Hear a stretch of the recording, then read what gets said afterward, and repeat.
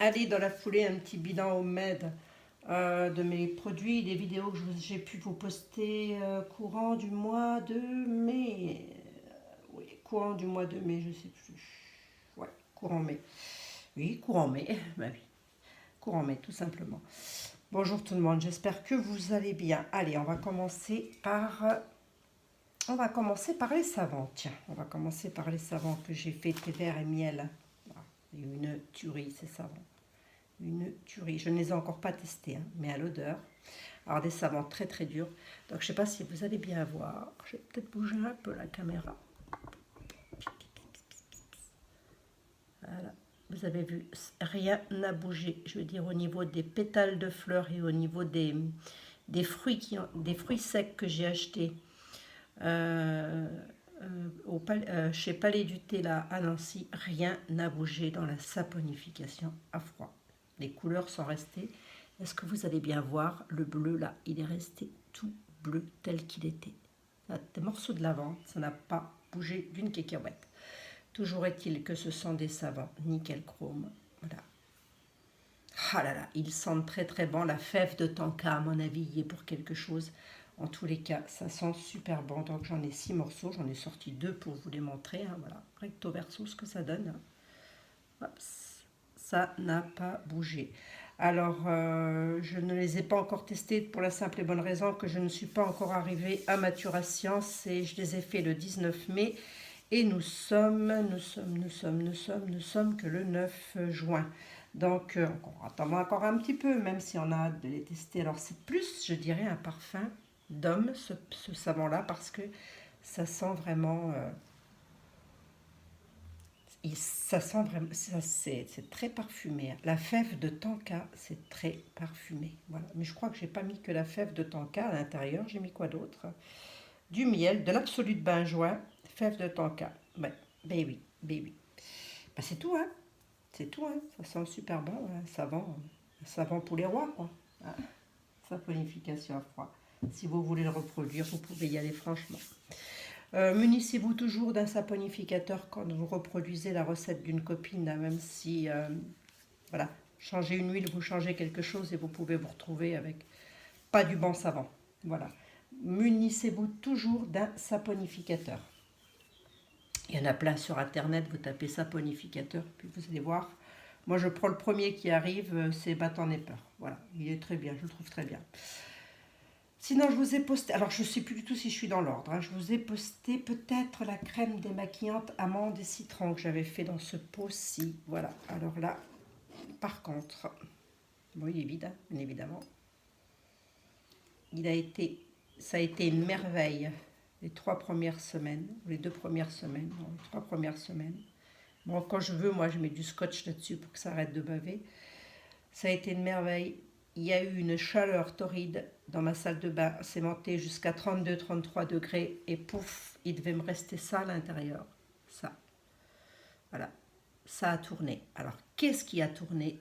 Je suis sûre, et je mets ma main au feu, que c'est la fragrance. La fragrance... comment? Ah zut, je vais y arriver. Citron meringué. Voilà, je vais y arriver. Parce que ça sentait le citron meringué bien, bien passé, quoi. Et là, je me suis dit, bah non, je peux pas continuer. Donc, malgré moi, et c'est la première fois que je jette un peu de préparation, il ne me restait plus beaucoup. Il devait me rester ça à peu près dans le pot, mais moi, ça me suffisait pour me démaquiller le visage pendant plusieurs jours encore. J'étais dégoûtée, quoi. Bon, c'est tout, hein. Voilà. Donc, je le referai. Comme quoi, il ne faut surtout pas hésiter à mettre un peu plus de conservateur. Il ne faut pas hésiter à mettre un peu plus de vitamine E dans vos préparations. N'hésitez pas. Et surtout, n'hésitez pas à les garder dans un endroit sec et à l'abri de la lumière, hein, pour que ça ne s'abîme pas. Parce que c'est la première fois que ça m'arrive, mais c'est dommage. Voilà, c'est tout. Oh, c'est pas grave. Allez, c'est pas grave. Ensuite, ah oui, le soin anti-relâche pour les bras. J'ai fait le soin, donc j'ai usé de là, hop, je vais essayer de vous montrer. Là, jusque là, hein, ça va quand même jusque là. Donc j'ai usé tout ça. Et j'ai pas usé tout ça pour mes bras, mais non, non, non, non, non, non, non, parce qu'au final, cette crème, elle est juste géniale. Ah, zut, tiens, voilà, tellement géniale que j'en gaspille. Je l'utilise pour le visage. Alors, au début, moi, j'ai cru que ça allait être très gras. Je me suis dit, ah là là, ça va être trop gras ce truc-là, ça va pas le faire. Donc, je sais pas si vous voyez, ça fait comme une espèce de pellicule blanche. Et au fur et à mesure qu'on entre comme ça dans la plante, là, on y va franchement, quoi. Quand on veut se tartouiller le visage, etc., c'est juste top. Pas gras du tout. Pas gras du tout. Je ne l'ai pas mis sur les bras parce que quand je l'ai mis sur le visage, sur le décolleté, et dans le cou, ça a fonctionné à merveille. Le macérat huileux de Bélis est juste une merveille pour tout ce qui se relâche. Voilà. Donc, moi, je l'ai utilisé. Je l'utilise d'ailleurs. Je l'ai utilisé. Je l'utilise. Là, je suis dégoûtée parce que je l'ai utilisé pour rien. Ça fait une peau super douce. Trop doux. Croire une peau de bébé. Voilà. Décolleté, ovale du visage. Et puis j'en mets partout sur le visage. Voilà, je fais en fait tout le visage décolleté. Ça m'a super bien redensifié le cou. Vous savez, le cou, on a toujours, quand on vieillit, le cou qui se redense. C'est plus c'est des zones qui sont très fragiles en même temps. Hein. Donc voilà, hein, très fines, très fragiles. Donc, bon, en tous les cas, je vous mets le lien en barre d'infos. Je vous la conseille, c'est juste génial ce truc. Voilà. Vétiver d'Haïti. Oh, et j'arrive à l'ouvrir. C'est la cire coiffante. Pour mon mari, Vétiver d'Haïti. Ah, j'avais pris la liberté, moi, de changer quelques ingrédients. Moi, je change tout le temps. Oh, il faut, hein. Faut être un petit peu personnel dans la vie, dans ce qu'on fait. Euh, voilà. Bah, écoutez, l'odeur du vétiver d'Haïti est top. Voilà, la cire, c'est ça. Hein. Tac. Voilà, c'est bien une cire. Elle n'a pas bougé d'une cacahuète. Alors elle, par contre, elle a tenu à la chaleur. Voilà, ça a tenu à la chaleur. Moi, j'avais quand même pris les bases aromazones, hein, mais j'avais changé un ou deux trucs à l'intérieur. C'est tout. C'est tout. Moi, je change tout le temps. Je m'oriente sur une recette et puis d'un seul coup, pouf, je change un truc. J'ai jamais eu de surprise jusque maintenant parce que j'essaye quand même de regarder ce qui va ensemble et ce qui ne va pas ensemble. Donc, cire coiffante au vétiver d'Haïti. Ça, les peaux, là, j'ai du mal à les ouvrir. Hein. Et ben, je vous la conseille. Les enfants, peut-être pas mettre le vétiver d'Haïti pour les enfants. Si vous en faites, mettez plutôt une fragrance. Hein, c'est peut-être mieux, je pense. Parce que le vétiver d'Haïti reste quand même une huile essentielle. Voilà. Bon, c'est un bilan qui est relativement pas trop mal. Alors les savants, c'est vraiment une tuerie ces savants. Ils sentent vraiment très très bon. Et je voulais juste vous reparler de deux trucs. Alors, je ne sais pas si vous vous souvenez de mon gros flop machin là qui... La brosse là qui... Hop, j'ose même plus l'ouvrir, tiens. Truc. Bon, bref. Hein, je l'ai vidé aux trois quarts. Je vais le laver maintenant. Je voulais quand même vous le montrer avant. Et je l'ai transvasé dans un autre flacon. Mais avant, je l'ai retravaillé un peu avec ceci. Alors, j'en ai mis combien j'ai transvasé le plus que j'ai pu de ce produit, de cette recette-ci. Et j'ai remis simplement, je vais vous le dire, je vais reprendre quand même, l'équivalence d'une pipette de 2 ml, de 2 à 3 ml. Hein. On prend avec une seringue.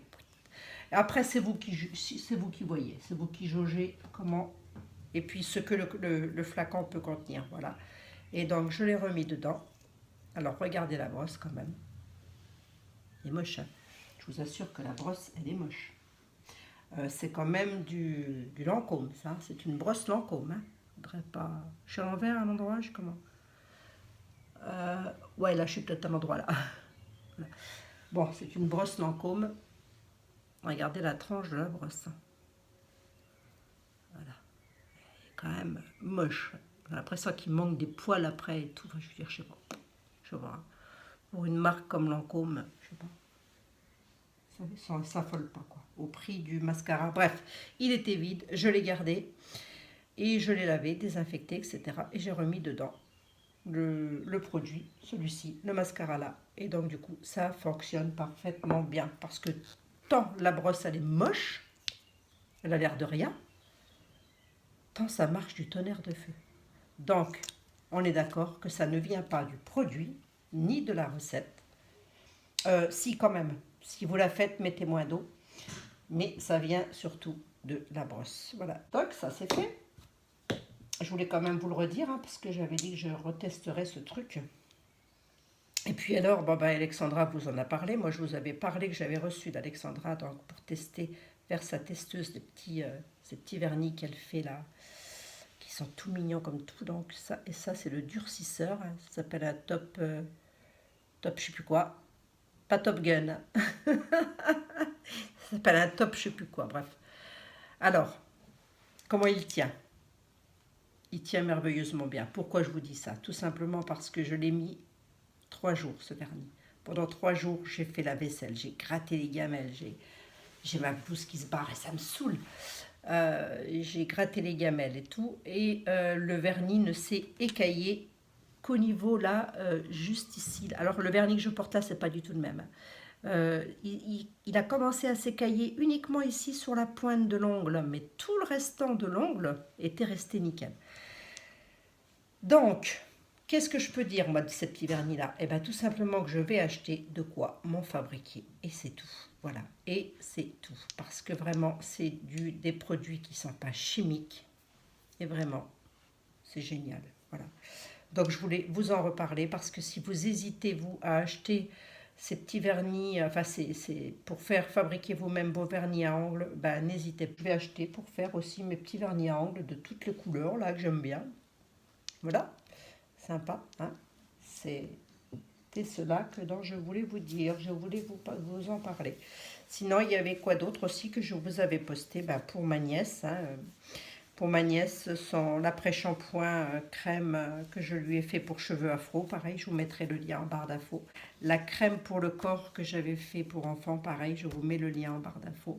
Voilà, c'était tout ce que je vous avais posté, je crois. Hein. Coiffante au vétiver superbe, ça n'a pas bougé d'une cacahuète. Là où je suis déçue, c'est qu'il m'en restait encore un tout petit peu. Et avec les 30 et quelques degrés passés, ça a tourné. Dommage, dommage. Tant pis. Et puis là, j'ai pu refaire les mascaras. Du coup, il fonctionne très bien. Celui-ci va partir au lavage quand même. Je ne vais pas le jeter. Je vais en trouver un usage. Voilà. Et puis alors, les savons. Alors, les savons, ils sont peut-être pas beaux. Je veux dire, ils sont basiques, quoi. C'est des savons basiques. Mais alors, qu'est-ce qu'ils sentent bon? J'ai hâte de tester ça.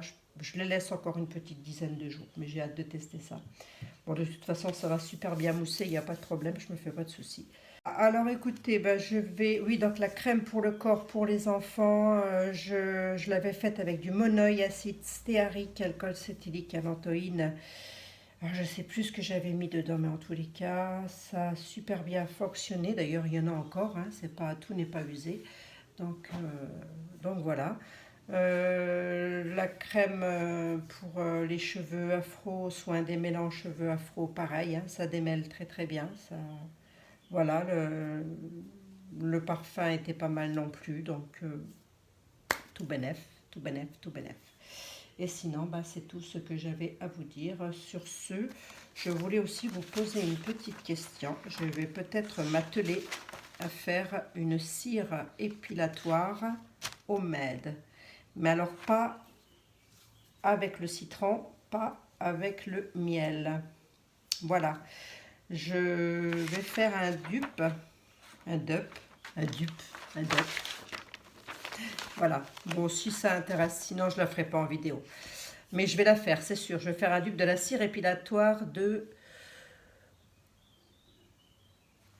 cire épilatoire Loua de Laurence Dumont. Voilà, je ne sais pas si vous connaissez cette cire épilatoire. Bref, c'est pour ma nièce qui me demandait justement si je pouvais lui faire cette cire épilatoire. Alors, je vous dis pas, il m'a quand même fallu que je fasse tous les ingrédients un par un pour savoir ce que c'était exactement. Donc oui, c'est tout à fait faisable. Maintenant, dites-moi, est-ce que ça vous intéresse ou pas que je la fasse en vidéo? Auquel cas, écoutez, je la ferai. Voilà. Sur ce, je vous fais des gros bisous. Je vous souhaite une très bonne soirée, journée, matinée. Bon, je sais pas. Je vous fais des gros bisous. Là, pour moi, c'est le week-end. J'espère que pour vous aussi, allez. Non, pas pour vous aussi, parce que je pense que cette vidéo aussi, vous l'aurez lundi. Allez, ciao, bye les filles.